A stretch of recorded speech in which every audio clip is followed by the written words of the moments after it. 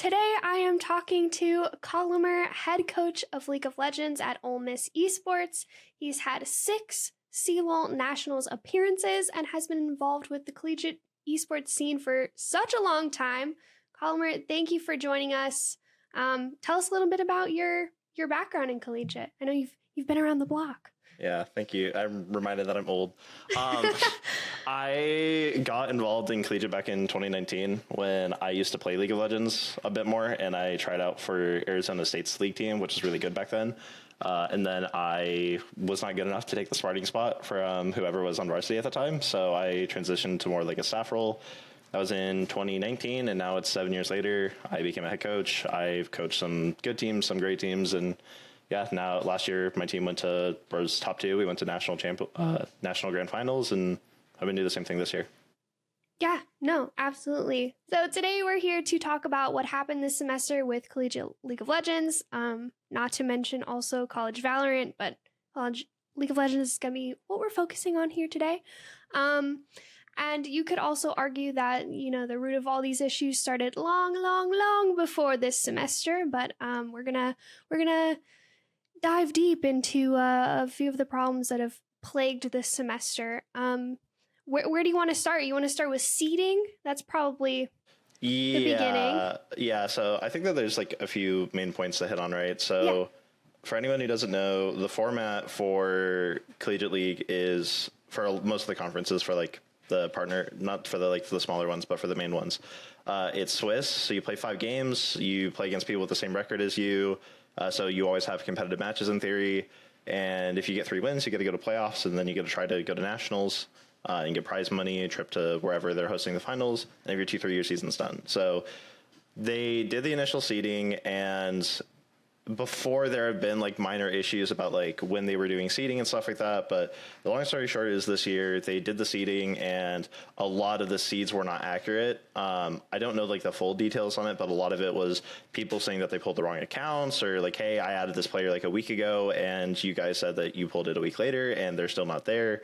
And what ended up happening was that there was such a time crunch that they went over and reviewed it one time and said, hey guys, we heard your feedback, we fixed it. But there was still like a lot of issues, and due to the time constraints that the CLL season has, they kind of just went forward and continued with like the seedings that weren't like super accurate, right? Which by itself isn't great, but like Swiss usually evens out based on like ranks, and you always will, in theory, play people that have the same record as you. So if you go 2-0, you're going to play another 2-0 team. So regardless of seeding, you're playing against someone 2-0, they're probably pretty good, right? The issue was that starting around, I think, week 3, like the Swiss seeding ended up breaking in the sense of like teams that were 2-1, for example, like going into week 4 should always be playing a team that's 2-1. Like the way the math works out is there's always at least an even number of teams that have the same record. So you always get to play against someone. And that just wasn't the case. I forget, I think it was someone from St. Clair posted on Twitter where like the 3-0 teams were all playing each other because there's 4, but like 2-1 teams were playing 1-2 teams, like 1-2 teams were playing 0-3 teams. And when your regular season is only 5 weeks and, you're expecting someone like, okay, we're 1-2, we're maybe not having a great year, but we can bounce back or whatever. And then you play against a team full of challengers that are 2-1 or something like that, or, a team that in theory, based on the bracket, you should never have to be playing. It just creates a really miserable experience. And I think that this semester, more than I've seen in a while, the average team in CLOL is just not having a great experience because of lack of communication from like changes that have been made to the rulebook without like notifying people ahead of time, to just stuff not working properly, which obviously like you play in a tournament, stuff doesn't work. It's not going to be really fun. So it's just been a bit of a hectic mess and a bit of a hassle for a lot of people, I think. Yeah, and let me jump in here as well. As I've been working on this story, is I was trying to figure out like at what point did this matchup situation go wrong? And so I looked at the South region in particular, and to correct you a little bit, in round 4, the 0-3 teams weren't even playing 0-3 teams. Yeah. Even though mathematically they should have been because they had never faced each other in the past. So to see this match, like all these matchups get messed up for seemingly no reason, is really shocking. Yeah, I think a lot of it, because my understanding is like the website so the schedule and all like the planning and all the tournament operations are embedded into Riot's website. The admins who kind of run the league from University Esports side, they say like they don't have full access, which I believe like, Riot's not going to give full access to just whoever they contract. But that website definitely was like never meant for a Swiss format where you're having to make like, I think for a lot of people, if you actually go and look at the website, the way it's structured just feels like very unintuitive. Like you can get by, but it just doesn't feel like this was how it was meant to be set up. And I think a lot of that is it used to not be Swiss. 3 years ago or something like that, there was the conversation we had back then was always like, oh, well, like we should do Swiss because what do you mean? Like this team gets like, this team gets an easier schedule or hard schedule or whatever. Like it's not fair. So in an effort to fix that, I think actually University Esports was the one who decided to make it Swiss, which is great in theory. Like, that's an idea that's really positive, but the implementation of it, Swiss is great when you're actually playing the teams you're supposed to play in Swiss. But if you're just playing teams that aren't, based on that format, then it becomes a really miserable experience, I think, for people.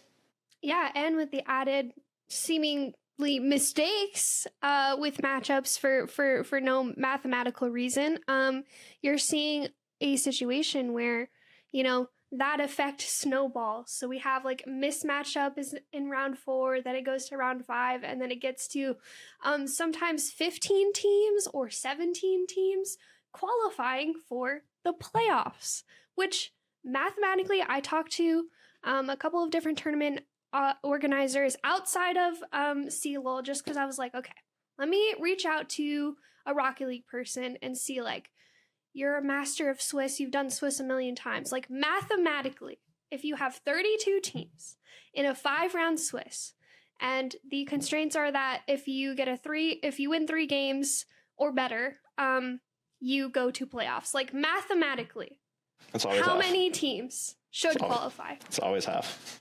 16. So just to see that these mistakes happened, and I want to touch on the tech issue that we've kind of talked about a little bit, that we were seeing like double forfeits even though a game was played. We're seeing like teams claiming that they did upload their results and had seen a message claiming that they had successfully uploaded their results when then it was submitted as a double forfeit for some reason. There's just this like tech issue that seems to be hurting a lot more than even some of these human errors and mistakes that we're seeing as well. So just really unfortunate. Yeah, I think a lot of it just comes down to like big picture, the experience for people, right? Like if I'm just a team, right? Like my team was lucky enough that the only issues that we really had were when we try to book reschedules through the website, it just never worked because the website is not working properly. So if you try to book a reschedule the way you're supposed to, it doesn't work. So you have to do it through Discord. But we didn't really have any issues. But for a lot of like the schools that, are in the middle of the pack, they're like, for them, like a playoff appearance means a lot, right? It's maybe even something that they can go back to their club and be like, hey, like we should get more funding. We have like a good group of guys here that can like play for playoffs and maybe go to nationals. And, like you'll have a week where your opponent isn't correct. Or, you very start of the year, your seeding is wrong. And then you play against an opponent that you probably shouldn't play against. And then you play against a team that's better than what you're supposed to. And then you get told like, oh yeah, you didn't submit your results for like maybe this one game you won. And it's just like week after week, there's just all these like minor things that just build up to like a really frustrating experience for a lot of people. And, if you're just a team that's like, 5 friends that just want to play and like, have a good time or whatever like that. If every single week you're just going through all these hurdles and having to like jump through all these hoops, when realistically you probably know that you're not like vying for like like monetary thing or anything at the end of the year, like you're just playing for fun, like that ends up not being fun, and then you don't want to play. And then when you don't want to play, it's not like next year that you're going to be like, man, I had such a great time last year, I can't wait to do this all over again for the next 5 weeks or whatever. Yeah, absolutely. It's ruining that experience, not only for like teams who are vying for that and now they had a weird schedule where they had to go up against someone that they're not supposed to go up against, and now that costs them a spot in the playoffs potentially. It's also ruining it for those like gamers who are like, hey, we're having fun, let's just hang out and participate in this. So that's really unfortunate, especially for a publisher-backed league. And at some point you have to be like, why don't we just go back to the basics? Yeah. For example, I come from the Rocket League space more so than the League of Legends space. And CRL, they're the Epic Games or Psyonix publisher backed tournament. Like, they have a Start GG page, and then they use like these crazy spreadsheets on just Google spreadsheets. So like, at what point do maybe we go back to the basics if the website isn't working or the API isn't working? Yeah, I mean, I think one of the bigger like independent tournament organizers is Aegis for League of Legends specifically. I know they do other games too, but they run all their stuff out of like Google Sheets, and yeah, it's complicated and there's a lot of math, but like, you know, whenever we've competed in those, like we don't really have issues or anything like that. And I think like, I mean, that's part of the issue that you have when you're dealing with like outsourcing and contractors, right? Like, you know, I work in, you know, corporate and stuff like that, and giving, you know, if you're working with someone external, you want to get some access, but you can't give the whole thing. And, you know, you're trying to give them the tools that they can do their job, but like, you don't want to give them like way too much power or anything like that. So, you know, back in my day, way back when, so Riot actually has I don't know what the equivalent would be for like Psyonix, but they have a committee called RSAA. So it's Riot Scholastic Association of Americas or something like that. And they used to have, I want to say, 3 full-time writers who, that was their whole thing. It was Scholastic Outreach, it was running CELOL, and it was all internal. And like, I think for like those of us who are like more competitive, there was like back then some frustrations about like, oh, like we could do more, like we can make this more competitive, like, you know, for the Maryvilles and the, you know, Ole Misses of the world, that kind of stuff. But, you know, for the average player, it was like a great experience, right? Like Riot had a lot more hands-on of like working directly with the colleges and like the collegiate esports associations that, you know, across the country. They would send like goodie bags. The experience like for those teams was like pretty consistent. There was a lot more games for a regular season. There was it was a lot more experience, like a lot nicer experience back then. And, you know, even for the top teams, right, like, you know, the pricing was more, which is nice. Like the finals used to be in the LCS studios, which is like literally a dream for everyone. Like you could have no prize, and if it's an LCS, like everyone, like still to this day, like when I got to do that as like a analyst, as like a broadcast member, was the coolest experience I've like ever had in esports in like 9 years. And that was all back when it was in house. And I feel like that's just one of those things where there's a lot less hoops you have to jump through when something is done in house, and, you know, you're giving a product like the time and care that it kind of deserves. And then when you outsource it and it just becomes like a numbers game of like P&L and all this other stuff, it kind of takes away from that experience. And, you know, people's experiences suffer, and, you know, the product suffers as a whole. Yeah, absolutely. I feel like, to your point, we're losing a lot of that special community touch in a way. Like I think about like TESPA for Blizzard, and the way that they would like embrace college esports clubs and be like, you're one of us, like here's a bunch of stuff, give it away at your meetings, at your events. Like I feel like we're losing that piece of it. And you could argue that it comes down to outsourcing, or it comes down to, you know, these publishers being like, well, why are we spending our money on this, right? Yeah, I think so it's interesting. So my background, right, I was in college when I first started like coaching and stuff like that. I was a student, and my like club at my university put on like an ARAM night for League. So just like community, everyone come have fun. It's very chill. We have the varsity players here, so you can like talk to these guys that are really good at the game, stuff like that, which is a cool experience for a lot of people. And then Riot back then, like they would give like goodies, so you would have like the little plushies and stuff like that, or just like pins or stickers or whatever. And like it's one of those things where if you think about like the actual cost of it, it probably wasn't that much, right? Like you take a box full of like probably product that you just can't sell. It's like old shit, and you just like send it off to a college. But like for those college kids, yeah, that's amazing. Like I remember distinctly, I went and I got like this cute little Poro plushie that was like this big. And I remember driving home like off campus, and the whole drive home like from campus an hour, I was like, oh, I want to go back again. And like I had played League a little bit back then, and I was like, oh, I really want to like get into it, right? Like I wanted to go from like, oh, I'm like a diamond player who's like good at the League casually, to like, oh, I like this is so cool. Like this publisher is like so cool. Like there's all these people that like want to have fun, and like for someone like me where, and I think this applies to a lot of people who are in collegiate esports, where maybe you don't fit into like other groups or whatever, like other clubs on campus isn't like really like your thing, but like this is like your group of people. And I just remember distinctly, it was a great experience for me, and it really got me into like, that's what got me into coaching, and that's what got me to where I am now, where I've got to, you know, I've been in collegiate for 8 years. I've got to travel the world, like from basically, you know, part of my experiences that I had in collegiate. So It's definitely kind of sad to see how stuff has gone.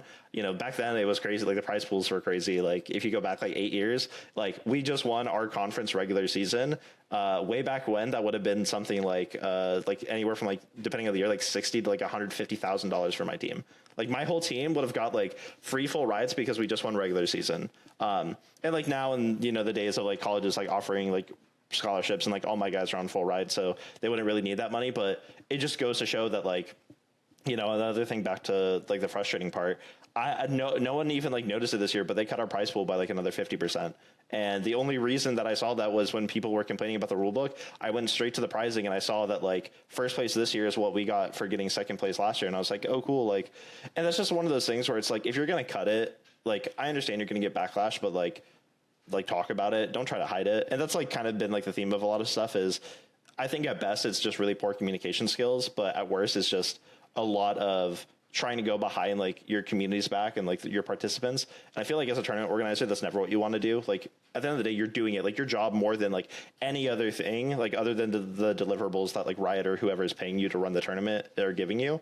Like your end deliverable is like making sure that the people have a good experience. And if people feel like they're getting lied to, or people feel like they're not like getting any answers and they're just confused and frustrated all the time, like that's not going to work. Like people are not going to want to play your tournaments at that point.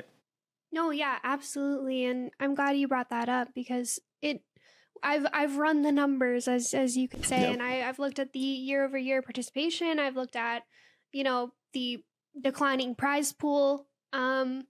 And even in the last 4 years or 3 years, sorry, in the last 3 years, the prize pool has like significantly decreased. And I only looked at the championship prize pool because if you try to read some of those rule books, it's a little vague. Yeah. It's a little hard to read. And like even with Valorant as well, that prize pool decreased, and you know, no one, like you said, they're not being transparent about it. They're not being communicative. They're not being like proactive about that communication. So then every time someone like looks into it more, they're like, wow, and they did this and they didn't tell anyone. Yeah, it's just a snowballing effect more than anything.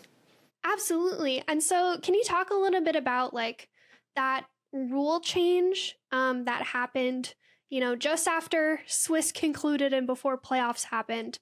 There was a rule change that happened, and they did not communicate it until they'd been called out. Yeah, so the original rulebook said, like to your point earlier, when you have a 32 team Swiss, like the way the math works out is half the teams are going to be 3-2 and half the teams are going to be 3-2 or better, and then half the teams are going to be 2-3 and worse, right? So no matter who plays who, no matter who does what, just the way the system works, if it works correctly, you always have half the teams go through Swiss. And so that's 16. So the rulebook said, you know, the top 16 teams are going to go through.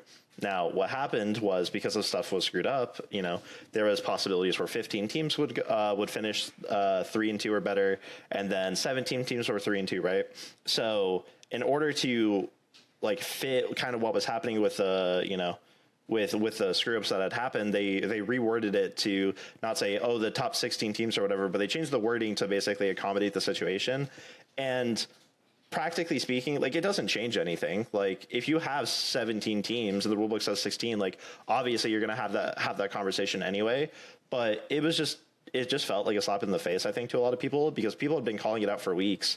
And then they changed the rule book and didn't say anything. And then someone had to call them out and be like, guys, I have the old rule book. I pulled down the PDF a week and a half ago. Like, you guys changed the wording on this because we called out the screw ups.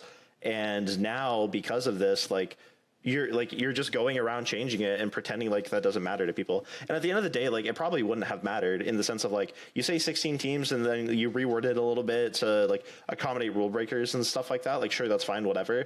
But like, if you're a person participating, you just feel like the tournament organizer doesn't give like two damns about you in terms of like trying to make sure that your experience is good, right? Because a lot of it too is like, my understanding is like a lot of fixing that stuff would be very manual effort, and like that's fine, right? But like, if you mess up and people are giving you like a week's heads up of like, hey, this is wrong, right?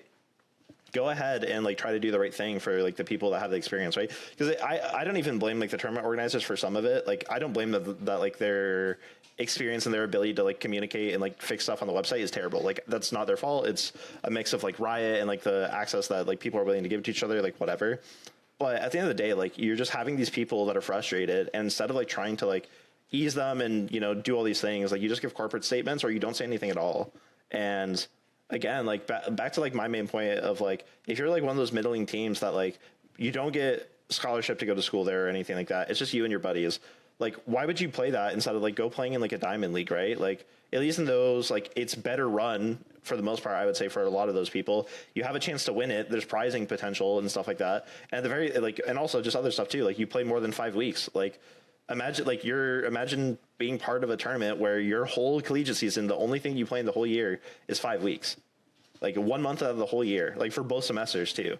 So it's just frustrating, I think, to a lot of those people. And I try my best as like someone who's been around for a while and like represents one of like the bigger, like the more successful like programs and stuff like that to try to advocate for them. But like my heart goes out to those guys because I can only imagine like how I would feel like back in 2019 if I was like part of like a school that's like a bubble team or something like that, and you just have to deal with all these things and then you don't even like really know what you're playing for at the end of the day because it all just feels like very hand wavy for whatever the admin can do at that point.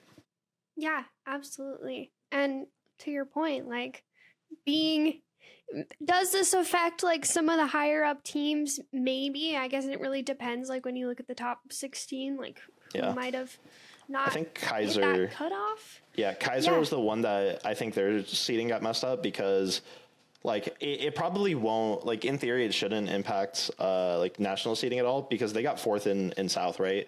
But they beat the team that got third head to head. Like they had already played in the regular season, but because of how like the tiebreakers work or whatever, they got below them, which means that they're on the same side of the bracket as us. And that, you know, like in theory, you know, if you're like the fourth seeded team, you probably would rather be above the team that you beat and like get, you know, on paper easier matchup than playing against the team that went undefeated. And, you know, that's just one of those things where, like, I even think that the admins in that instance are right. Like, you can't change the rule books, but like, it's just one of those things where if you're a team, there's just so many instances of someone being like, this doesn't feel right. Like, this isn't really enjoyable for us. And then the admins either not being able to do something about it, like physically not being able to do something about it, or just refusing to like accommodate in any way or like make changes. And, you know, it's just one of those things where you, even if it doesn't even impact you directly, right? Like your team is fine. You just see every day or every 2 days, like someone like, hey, I feel like I'm getting like really screwed over and this experience is terrible for me, and getting told like, oh, we can't do anything. Sorry. You know, like that's not a good experience for someone to like really want to put that effort to come back and participate. Yeah, definitely. And to be fair, like I've talked to a few of the admins, and it seems like maybe they were put in a bit of a sticky situation as well, where they have maybe no power to do anything or are the face of a lot of this criticism. And they're just like, hey, we're contractors. We got contracted by maybe GGTech to actually like communicate with you guys, and like, why are we getting so much hate? It's just really unfortunate. And to oversee so many teams and matches as well. I understand that like if a one-off, if there's a one-off situation, maybe it might be like, well, unfortunately we can't accommodate this. But with so many issues, it's just like, hey, maybe we kind of look inward, not to the tournament admins who are the face of it, but like higher ups, like maybe we look inward and try to figure out like how we can figure out this situation. It seems like maybe there's not as much like care as well to be like, hey, we want the actual accurate tournament results, and we want the playoffs to be accurate. We want only 16 teams to qualify. Like there's just not this level of care here, it seems like, to run it. It's weird because like I'm trying to like phrase it in like a nice way. So I give the admins a lot of grace because at the end of the day, right, there's only so much they can do, right? Like I'm sure everyone has been at a point where they're at a job that they worked and they're getting yelled at by an unhappy customer who's rightfully unhappy, but you can't fix it. And you're just in this position where like,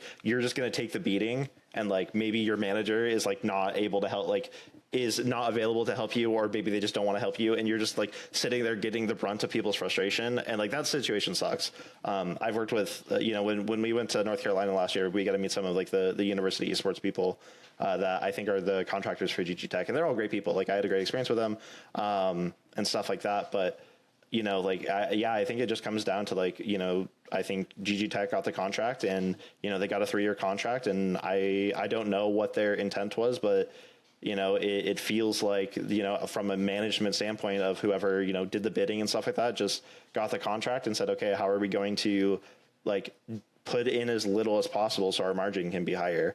And like, yeah, that makes sense from like a corporate perspective, but like in a greater sense of like how it impacts esports and like collegiate as a whole, like it's miserable. Like you are intentionally or unintentionally ruining the experience for basically like a full like college, I don't want to say college generation, but like for multiple years of like people, like when it comes down to like getting people, right, like building up momentum and like, just people like building up community at schools like takes time. It's not something that just happens instantly, right? Like I'm sure anyone who's worked on the club side of collegiate esports can say like, yeah, it is hard to go from like, 10 people to 250 people or whatever. Like it's hard to like randomly find a group of like 20 or 30 people that are going to make up like your league teams and your varsity and your JV and your whatever.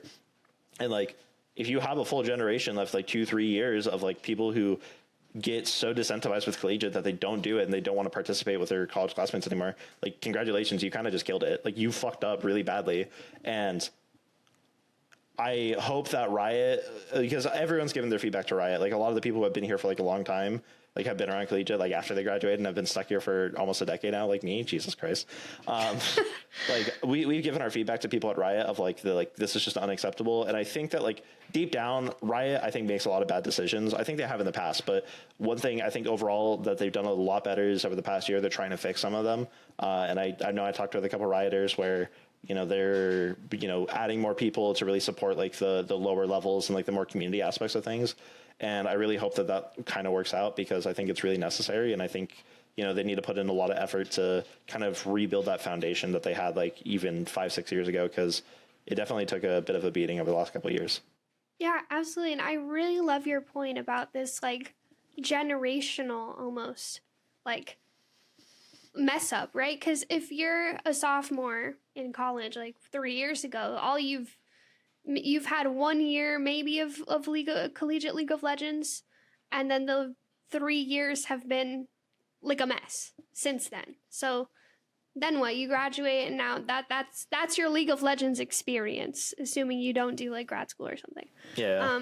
So that's just really, really sad when you think about it, especially as it's declined. Like 2023 to 2024 was probably like the height of GGTech's, and then it's just gone down from there. And to say the height of GGTech, that's also just really unfortunate with what happened in even their first year of running it.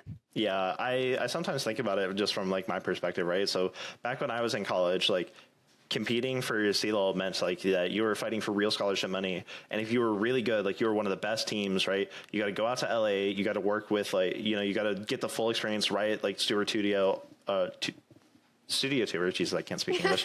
And you got to play on stage. So like, imagine like, just from like my perspective, right? Like I started watching LCS back in like 13 years old, like all through middle school, high school, stuff like that. I get to go into the place where I got to see all these professional matches. And like, yeah, I'm just playing college, but like, that's just such an experience that people don't forget. Like that was the thing that like committed me to like collegiate, was like, there's like Riot was so willing, like this experience was so crazy that I want to bring that experience to people. Like I want to help kids get an education for free. I want to be able to compete and like give these experiences to people, because it is the coolest thing like ever to me, as like just a guy who played League of Legends starting back when I was like 12 or 13 or however old I was, right?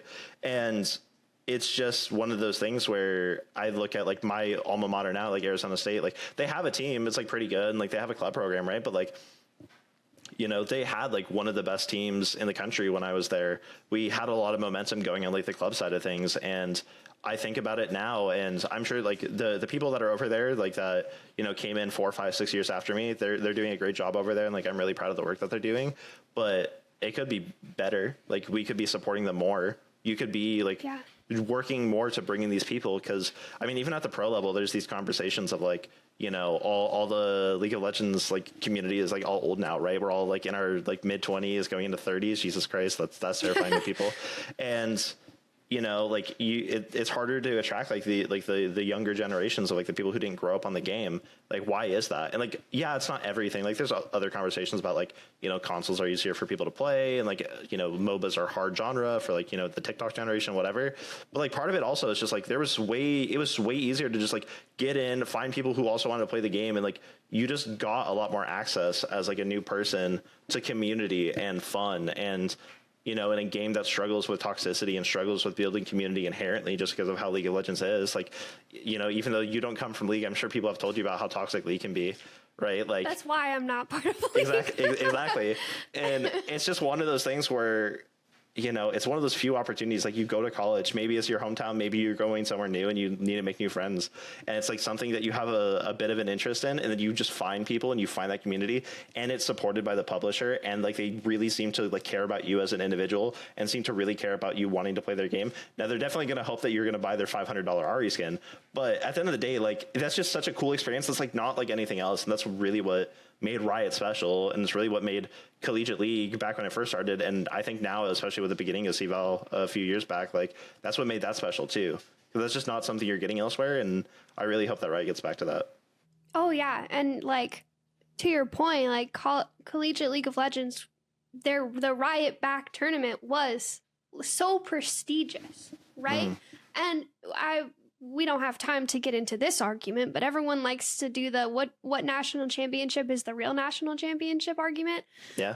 And in my opinion, it's the publisher backed leagues. End of story. So it's unfortunate to see what's been happening. And to talk about like the larger point about outsourcing leagues. 2 years ago, I made a video called "What Happened to College Valorant." Yep, I watched it. And we talked a lot about how many publishers are outsourcing their collegiate leagues to third parties. GGTech got CVAL and CLOL. NACE recently started running Collegiate Overwatch after Radiant ran it. And then CRL was formerly run by the College Carball Association, which got acquired by eFuse, and they're in a weird spot right now. We don't have to get into that, but that's okay. I think we've had like this mixed bag of outsourcing gone wrong and outsourcing gone right almost. So I'd love to hear your take on outsourcing and maybe why you think publishers are opting for this route instead of running it themselves. And it's just cheaper. Like that. Yeah. At the end of the day, right? Like, when they ran it in-house, and again, like, some of the numbers, like, I don't expect them to give $200,000 to the best team in one conference when you have 4 conferences. Like, I don't expect you to give millions and millions of dollars to collegiate esports at this point. Like, that's okay. Like, even like looking back, it's like, damn, that was kind of crazy that they were doing that, right? But like, you know, even back then, they had 3 rioters full time on LA salaries. You know, that's probably at least $300,000 a year for like what those roles were. You know, if you can run a whole season, you know, back end, everything like that, customer support, and you just pay someone, I don't know the exact numbers, but if you only have to pay a fraction of that and you don't have to deal with it, you know, that's just at the end of the day, like, you know, corporate, I don't want to say corporate greed, but like, you know, corporate optimization. If you can save like 50% of your budget on it and you don't have to deal with headcount and all those stuff, you know, it's a lot easier for like those businesses to kind of justify, right? I don't know where Tiza's at right now, but Tiza ran RCC, or not RCCA, but RSAA for a long time. And, you know, I know that at the end of the day, like that was right around the time where I was really getting into the competitive side of things. I think at the time I still wanted to coach professionally and I still had all these aspirations. I remember just being like really frustrated that like Tiza didn't see that like the competitive aspect. I felt like he didn't want to like care about those people as much as he should have. And now like years later, I'm just like, man, he was so right. Like prioritizing like the average person that was participating. And I think when it comes to outsourcing, that is what you're risking when you outsource it. You're risking the people like Tiza. You're risking the people that are endemic to the space that like really, really know it really well and just understand. And at the end of the day, like you're missing the people that care. And I'm not trying to say that the people who are admins like don't care, because I know like Garrett, for example, he is one of the guys that works on CELO and stuff like that. I know he cares. I've known him for years. But you're just missing that like level of people that like really, really just want to give the best experience possible to people. And sometimes you can outsource it and you're outsourcing to people who can do that and they care about it and they're native to the space and they'll do it for cheaper, and like, cool. If you can find that, that's great. But at the same time, when you outsource it, you're handing, basically the reins to your product, to your child, and at the end of the day, you're handing it to a third party that has way less resources than you as a publisher. And you're putting restrictions on them because, you have to have this many teams during this time frame. This is what you're allowed to do. This is your budget, whatever. And yeah, if you outsource it and it just doesn't really feel special anymore. Like current CLOL does not feel like the CLOL that I experienced in college. And I feel really bad for, like even my players now, right, where, they're on full rides and everything like that. It's a great experience, but like it really lost the spark. Like, because it used to be you got to play it in LA if you were like one of the best teams. They used to have your games broadcasted. I remember like even like right around COVID, they did broadcasts where they had like Raz and like a bunch of like the LCS talent that would like do the same thing for LCS, but like for the college games. And like imagine being like a diamond player, right? You're never going to go pro, or like even like a master or whatever, right? Like you're never going to go pro probably. Even if you do, your career is really short-lived. But like for that little bit of time, for that little bit, those couple months in college with like your friends that you're playing on the team with, you get the full experience. You get the professional casters, you get the professional broadcast, you get to show it to your mom and say like, hey, like, look, you can watch me and hear them talk about me. And then if you're really good, you get to like live basically like a week in the life of like an LCS player. You get to go to the studio, you get to meet the people, you get to get talked about, you get the full experience. And like, even if like for a lot of these teams, you're not going to get that, the idea and the concept of that is so cool that it makes it worth it.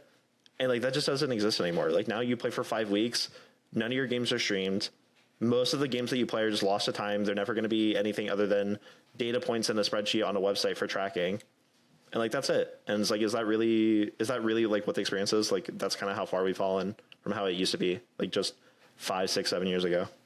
No, absolutely. And I'm so glad you brought up the streaming point because you just sparked a memory. I played on Florida State's Hearthstone team. Nice. And I was on their like B team or C team. Nice. And I was so delighted by the fact that one time twice actually, we were streamed on the Blizzard channel, I think, or the Play Hearthstone channel or something like that. And like even being on the C team, I was like, whoa, this is crazy. We're on the official broadcast. And I really liked your point about like, it feels like with the outsourcing, we're losing the people who care, but there are still people who care about it that are running it, but maybe like this probably isn't the only thing that they're working on, right? They probably don't have enough time to give it that care. And this is me speaking as someone who does not know what other projects GGTech is running currently. But like, I think we have that aspect of like, we have too many things going on. We just need to get this done.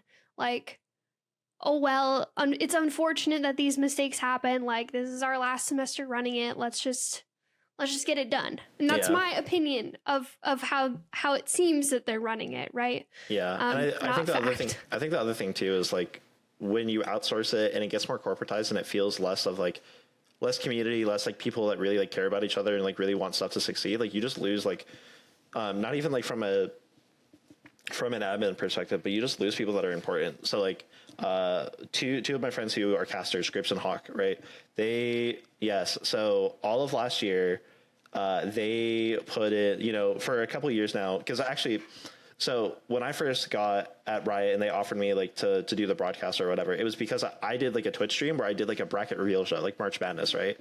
And I did it on stream and I sent it to a Rioter and I was like, hey, like you guys hire all these people from like LCS or whatever. I'm native to the space. I care about these teams. I know like all this stuff. Like, please like let me like help make your product like amazing. Like I care so much, like hire me. And they hired me and they flew me out to LA, put me in a hotel for a week, covered like everything, and it was great.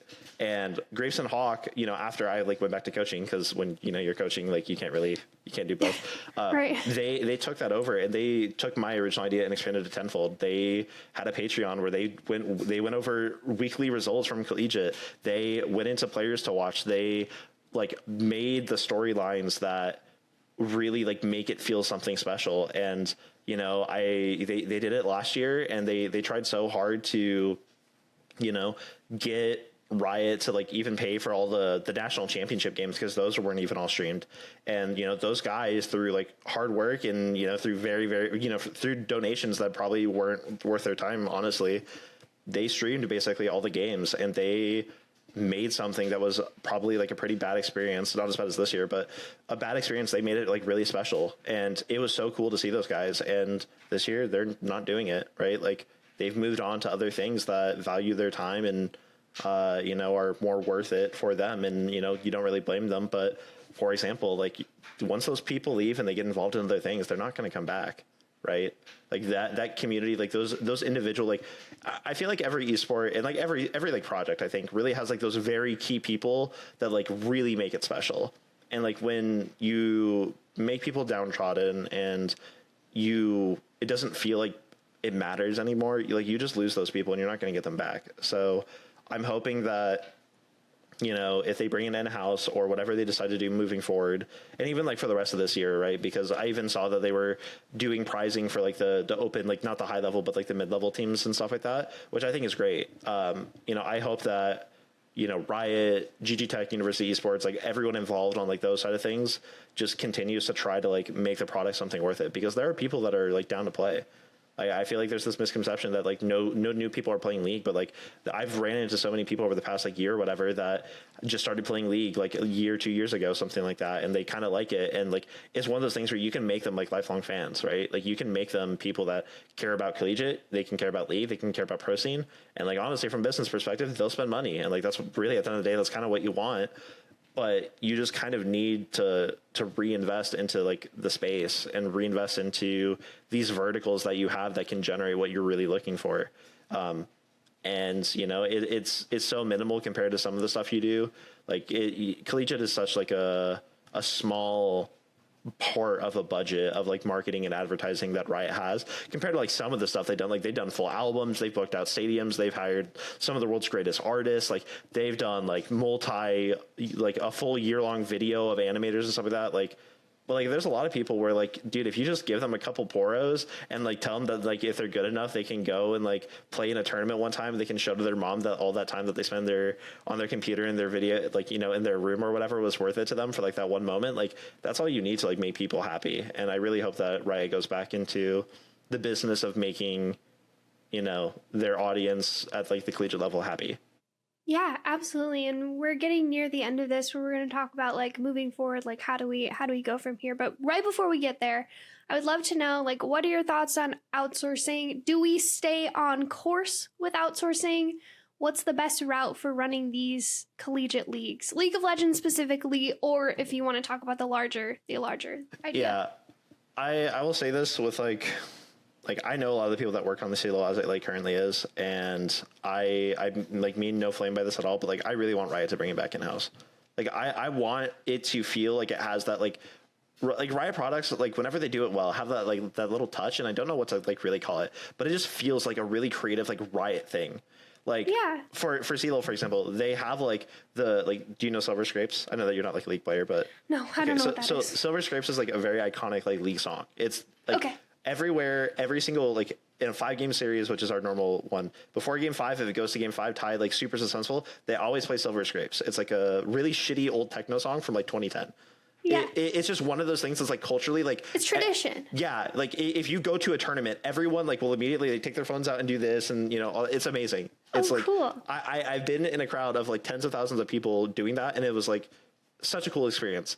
And Riot at one point got the USC marching band, and they did a marching band rendition of it, and just like stuff like that. Like, I don't know how much it costs to like have the marching band play a full song or something like that. I don't even like, maybe they volunteered, I don't know, but like just stuff like you do it in house, and like that's the things you can do, and like those are things that like stick with people, and they're so cool. And like Riot just has these resources, they have the connections to do really cool shit, and I would like for them to go back to doing really cool shit. And so yeah. I would like them to bring it back in house. If you guys need people that are knowledgeable about Collegiate, that are product managers and have been around for 10 years and have a bachelor's degree, you can hire me. I will do it. Like I have good ideas, but I don't know about other esports. I think Rocket League is in like is an interesting spot because we have a Rocket League team too at Ole Miss, but I think it's at like a pretty okay spot. But I don't know, like that publisher connection, the things that they can do, and like the potential that publishers have, I think is always better. So unless you're like sure that you're going to offshore to like a group that like really cares and really matters and is like native to that space and can check like all the boxes that they need to check, like just keep it in house. Like honestly, if you can, if there's any way possible, because there's ways to make it worth it. Yeah, absolutely. And to speak about Rocket League a little bit, I am biased, unfortunately. So take my opinion with a grain of salt, of course. The people they have running Collegiate Rocket League are the people who have been part of the community for like 10 plus years now. And like you said, having that publisher aspect, like, so if I don't know how many teams or how many people get this, but if you participate in CRL, I don't know if you have to place high or something, you get a title in the game that says like CRL. And I got one because I got to work on CRL a little bit, and like even as a worker, I'm like, whoa, that's crazy. That's cool. Like that's so cool, and that's the special touch almost that you're mentioning on a smaller scale, of course. So moving forward, playoffs have just kicked off by the time that we're recording this. Yeah, my team has a game in like 2 hours, I think, something like that. Yes. So you've talked a little bit about like bringing it back in house. How do you think Riot should move forward from this? Like we said, it is GGTech's last semester, but you know, for anyone coming next or for Riot themselves, how do we move forward? How do we mend these bridges that we might have harmed along the way? Like how do we return? How do we bring it back? How do we make it up to the community also? I think you just get the people who have been a part of the community for like a long time, like involved. Like the nice thing is that like there are still people that are in Collegiate that like really care about the space, right? Like Clarky, who is the director of esports at Maryville, he's been around for 10 years, and Maryville is like the staple of collegiate esports, right? Like I've been around for 8 years. I'm always just a Discord message or a phone call away. Bo, who's the director over at Winthrop, they've been around. Dakar, who has been like a tournament admin and has been one of like the main like data points and like record keeping people for CLOL for years. Like he's around, like he's always a message away. Graveson Hawk and Alk Battery and all these other like broadcasters who have contributed and casted and know these players, like they're always around too. Like there's resources available that are more than happy to help and like give ideas and like give guidance across any single part, whether it's the broadcast, whether it's the format, whether it's the highest level and what would matter to the top teams, to the teams that are in the like middle of the bracket that just want to have fun with their friends and like have like go for the dream. Like there's people around that 100% will, for free or for a cost or whatever, it doesn't even matter, help out and like rebuild this to where I think it could be. And I hope that Riot like leans on that and like leans on the people that are native to the space and really, really care about it. Because I promise you, if you get some of these people involved and you get their feedback and you take some of their ideas, like things will be a lot better, and for basically every party. Yeah, absolutely. How to make it up to the community, return to the community. Yeah. Like at the end talk of the day, to the people who've been there. Yeah. I mean, at the end of the day, like, you can only do so much for the immediate, like short-term stuff, like for sure. But at the end of the day, like the way to make it back up is to just make it good. Like make it a good experience. Make it so that the way the people that play this year, just tell them like, hey, if you come back next year, you'll have a lot more fun. Maybe you'll play more games. Maybe your games will get streamed. Maybe, you will have proper seating and, you'll be able to know who you play against and, all these other things. They like this year they did League Unlocked, which means that if you're like part of Collegiate, you get like all the champs unlocked, which usually would take time or money to get, and then a lot of the skins, like you basically thousands of dollars of skins that you can use during the season, which is amazing. Like even in your regular games, like not just for your collegiate matches, like I have probably now $10,000 of skins that I just get to use for fun because I'm in collegiate. Like, and again, like there's arguments there of like, oh, what about the drawback, like what they pay or whatever, but it's just stuff like that like you just do more of those things that when you're playing and you're participating, you're like, wow, this is something cool. And you just do it moving forward. You brush it off like, hey guys, last 2 years, last however many years haven't been great. We're going to do better going forward. Like, hold us accountable. Like, let's do this together to really like make a product, really make like an ecosystem that's worth investing in, that's worth participating in, is worth watching and everything like that. Yeah, absolutely. And maybe we'll have to come back in a year and see how things have improved. Yeah. But thank you so much for joining me and like telling me about this situation and entertaining my questions about outsourcing, my own personal hyperfixation for some reason. Yeah, it's okay. But thank you so much for joining us. I don't know how to end this. Thank you for watching. And come cheer my team on this year when we win our first national championship. There you go. I can't wait. Can't wait to see it. Thank you so much. And we will see you next time, I guess.